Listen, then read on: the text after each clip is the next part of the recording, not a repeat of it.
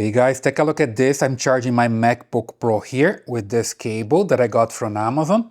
Okay, that's the one. So basically it works with MacBook Air and MacBook Pro. You can just connect just like you do with your original cable. So I have here the original one from Apple. Let me just disconnect the other one here and compare. You see they're similar, but this other one here is bigger and also has an LED so I can see when it's charging.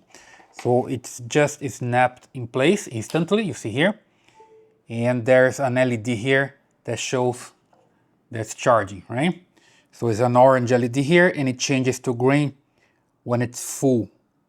So super good. It's a braided cable, you see here. Pretty sturdy. If I compare to the original one, super similar, okay? So it works pretty fine. You can charge here with up 140 watts, right? You can just connect to the original power supply, just like I have here. I have the original Apple power supply connected to this device using the USB-C port.